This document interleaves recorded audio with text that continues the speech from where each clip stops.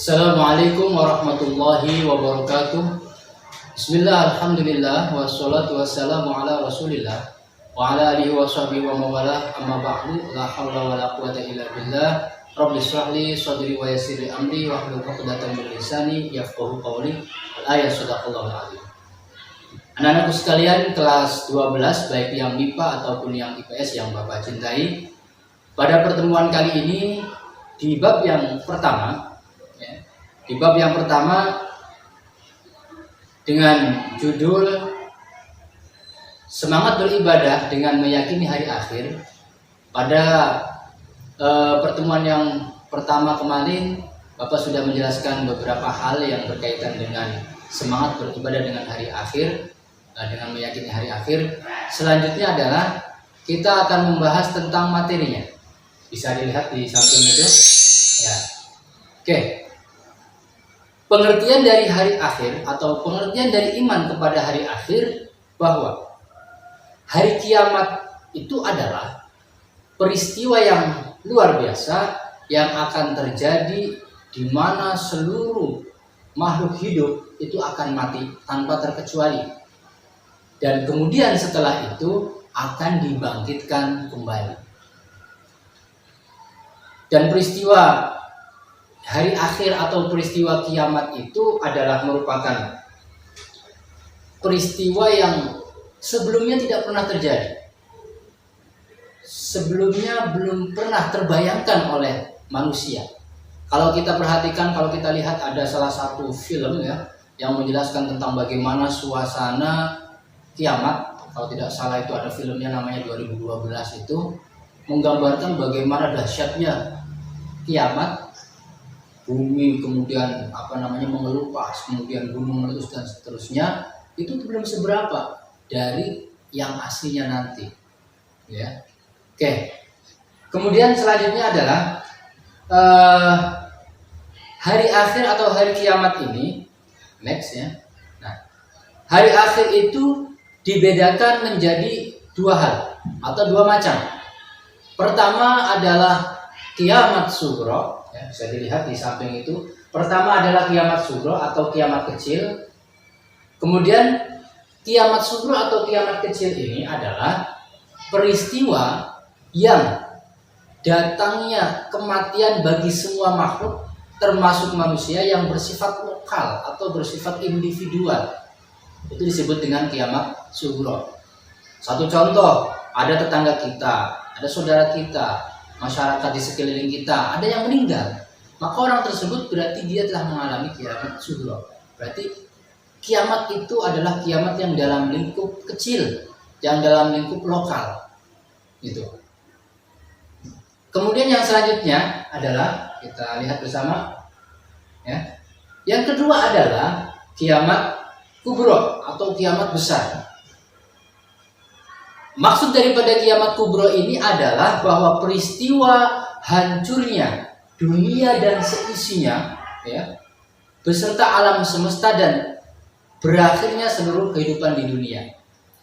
Baik kehidupan secara makro ataupun kehidupan yang secara mikro. Semuanya tanpa terkecuali akan hancur lebur alam semesta ini. Planet-planet akan bertabrakan, gunung akan meletus, laut akan pasang dan seterusnya. Pokoknya kita membayangkannya itu sangat luar biasa, mengerikan sekali ya. Itu makanya kiamat kubro itu adalah peristiwa hancurnya dunia dan seisinya tadi ya, beserta alam semesta dan berakhirnya seluruh kehidupan manusia. Hal ini sebagaimana penjelasan yang ada di dalam Al-Quran, di dalam surat Al-Hajj ayat yang kedua. A'udzu billahi minasyaitonir rajim. Bismillahirrahmanirrahim. Yauma tarawnaha tadhhalu kullu murdi'atin 'amma arda'at wa tad'u kullu dhati hamlin hamlaha وتضع كل ذات حمل حملها وترى الناس سكارى وما هم بسكارى ولكن عذاب الله شديد. Shadaqallahul azim. Surat Al-Hajj ayat yang kedua. yang artinya kurang lebih demikian. Ingatlah, pada hari ketika kamu melihat guncangan itu, semua perempuan yang menyusui dia akan lalai terhadap anaknya, akan lupa terhadap anak yang sedang disusuinya. Dan setiap perempuan yang hamil akan keguguran kandungannya. Dan kamu melihat manusia dalam keadaan mabuk, padahal sebenarnya mereka tidak mabuk. Tetapi azab Allah itu sangatlah keras. Nah, melalui ayat di atas, keadaan manusia yang sibuk dengan dirinya sendiri ketika hari kiamat datang, di hari itu semua akan hancur lebur tanpa terkecuali, sehingga manusia berbondong-bondong berusaha untuk menyelamatkan dirinya masing-masing tanpa peduli dengan sekitarnya, bahkan dengan sanak saudaranya pun tidak peduli. Yang penting saya sendiri bisa menyelamatkan, orang lain biarkan.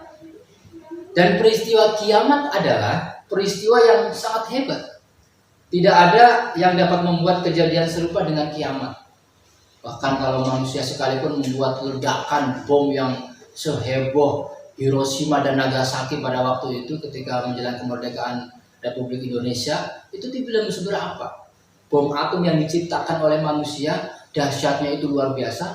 Dengan hari kiamat itu belum ada apa-apanya. Kemudian tidak ada yang dapat membuat kejadian serupa dengan kiamat tanpa tanda pertama adalah ditiupnya trompet sangkakala yang kemudian seluruh makhluk hidup itu akan mati. Dan pada tiupan trompet yang kedua, seluruh makhluk hidup yang tadi sudah mati akan dibangunkan kembali untuk mempertanggungjawabkan amal perbuatannya selama dia hidup di dunia. Ya, itu. Oke.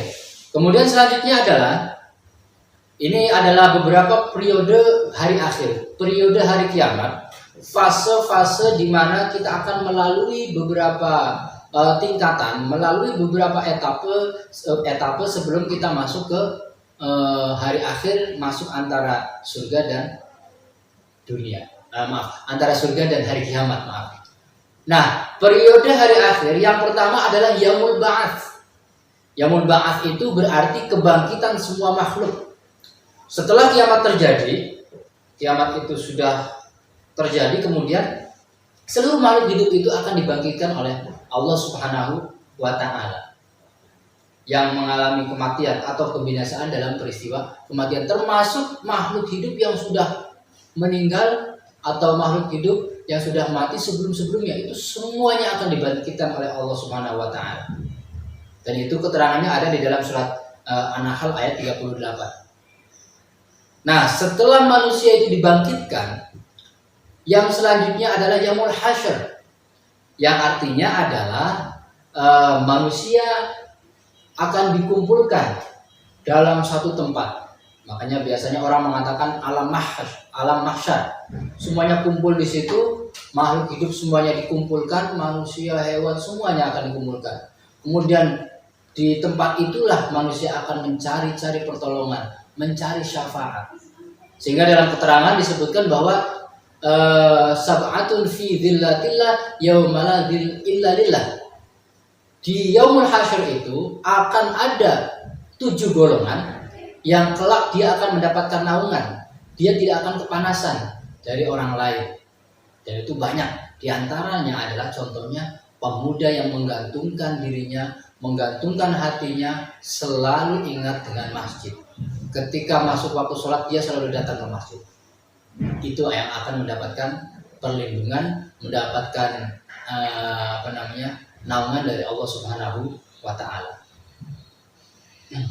Kemudian di dalam Yaumul Hasyr ini semua manusia itu berkumpul pada satu tempat yang sangat luas dan diberi keputusan oleh Allah mengenai amalan-amalan yang dikerjakan ketika dia hidup di dunia. Hal ini sebagaimana yang tercantum di dalam Al-Quran surat Al-An'am ayat 22. Kemudian yang ketiga adalah setelah Yaumul Hasyr, yang ketiga adalah Yaumul Hisab dan Mizan atau hari perhitungan amal Amal manusia selama hidupnya dari mulai dia balik sampai akhir hayatnya itu akan dihisab, akan dihitung, akan dikalkulasi amal ibadahnya berapa, amal keburukannya berapa. Kemudian akan ditimbang mizan antara amal baik dengan amal buruk, apakah lebih banyak amal baiknya ataukah lebih banyak amal buruknya.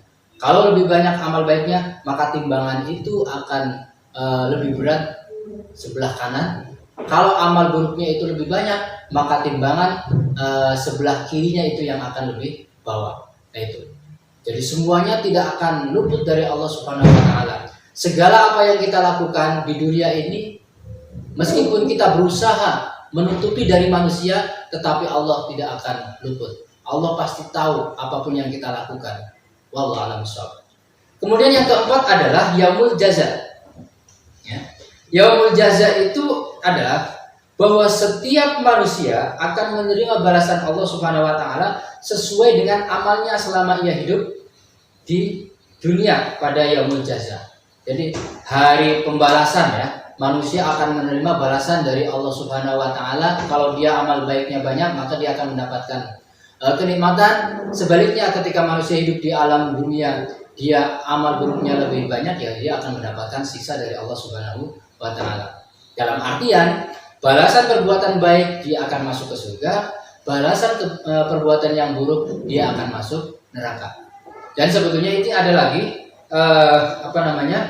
Shirathul Mustaqim.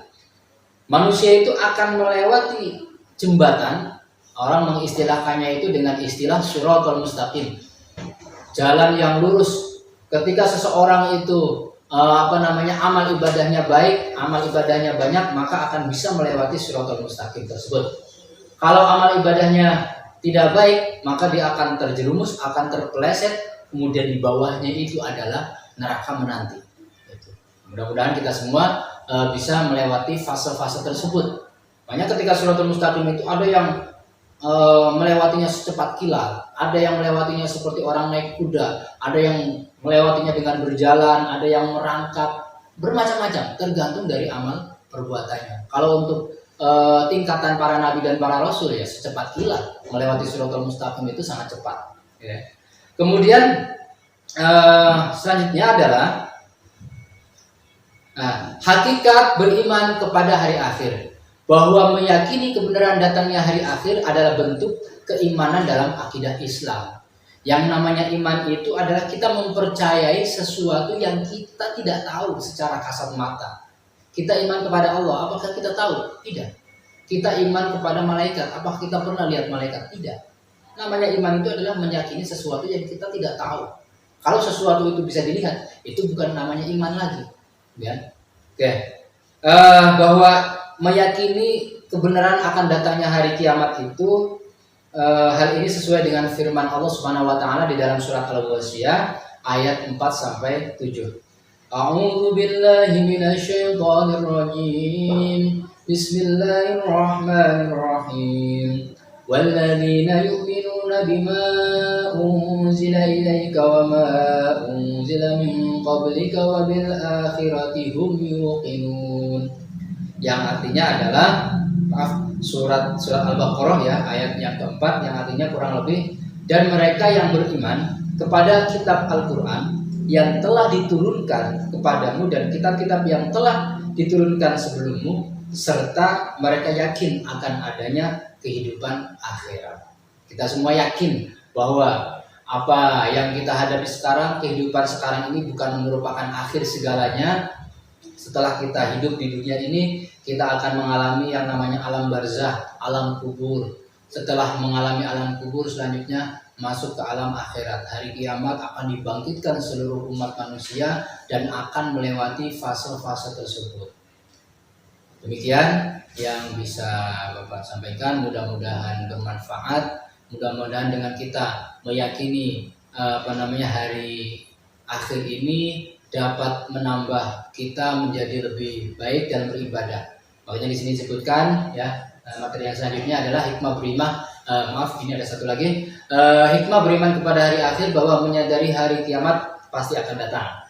Yang kedua, hancurnya alam semesta di hari di hari kiamat. Kemudian yang ketiga, amal ibadah manusia itu akan dipertanggungjawabkan, dan yang keempat adalah manusia akan mendapatkan keadilan dari Allah Subhanahu wa taala. Yang kelima, manusia harus introspeksi, muhasabah, mengoreksi diri dan menyadari tanda-tanda kiamat dengan menjaga ucapan, dengan menjaga perbuatan. Yang keenam, di alam mahsyar nanti kelak hanya amal perbuatanlah yang akan menaungi manusia di tengah kumpulan makhluk yang dibangkitkan. Kemudian yang ketujuh, semua perhitungan amal perbuatan manusia itu akan dihitung secara teliti dan tidak akan terlewatkan sedikit pun. Oke. Kemudian kaitannya sekarang, kaitan iman kepada hari akhir dengan perilaku jujur, bertanggung jawab dan adil, bahwa iman kepada Allah Subhanahu wa taala itu akan menumbuhkan kesadaran bahwa setiap perbuatan itu akan dipertanggungjawabkan, akan menjauhi, sehingga akan menjauhi sifat sombong, selalu berusaha menjadi jujur, beramal soleh dan menghindari perbuatan yang tercela. Seseorang itu akan bekerja dengan rasa tanggung jawab, peduli kepada sesama, dan selalu berusaha mendekatkan diri kepada Allah Subhanahu wa taala. Amin ya rabbal alamin. Demikianlah materi yang Bapak sampaikan di bab yang pertama, pertemuan yang kedua ini. Mudah-mudahan bermanfaat bagi kita semua. Mudah-mudahan dapat menambah kekhusyuan kita dalam beribadah, menambah kesemangatan kita dalam beribadah. Amin ya rabbal alamin. Al-afu minkum. Ihdinas siratal mustaqim. Assalamualaikum warahmatullahi wabarakatuh.